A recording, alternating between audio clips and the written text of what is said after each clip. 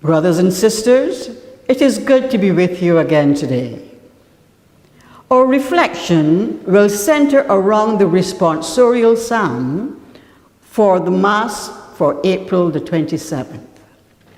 It reads, "I rejoiced when I heard them say, 'Let us go to God's house.'"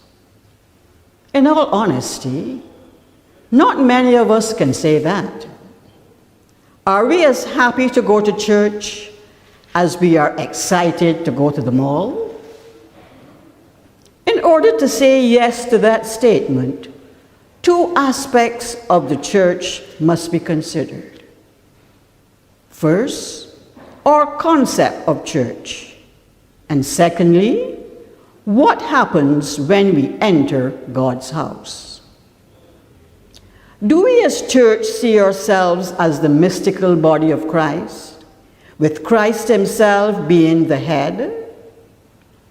Do we realize that to be called his beloved children is the greatest privilege of our lives? When we gather in church, we are there as the family of God to worship and praise as one community of love.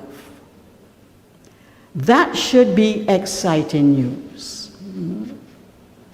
In church, we meet Christ on three levels: in the Word, in the Eucharist, and in one another.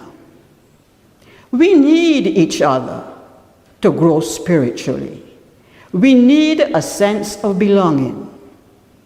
We go to God's house not because we have to, but because we want to. But we must admit that the atmosphere in the house of God does play a role in our enthusiasm or reluctance to attend church. Is the congregation friendly? Do you know the people you see regularly in your pew? If they're absent for a while, do you inquire about them? Are strangers welcome? What about the music? Is the church well organized? Is it kept clean? Do members use their talents and resources to give and serve?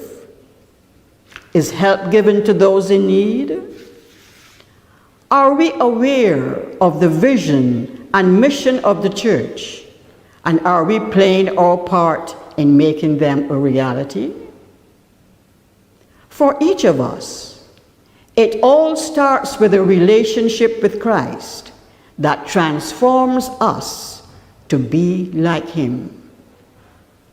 When that happens, we can say with the psalmist, "Let us enter his gates with thanksgiving and enter his courts with praise." But back to my first question. Can the church upstage the mall? Indeed it can. It all depends on you and me.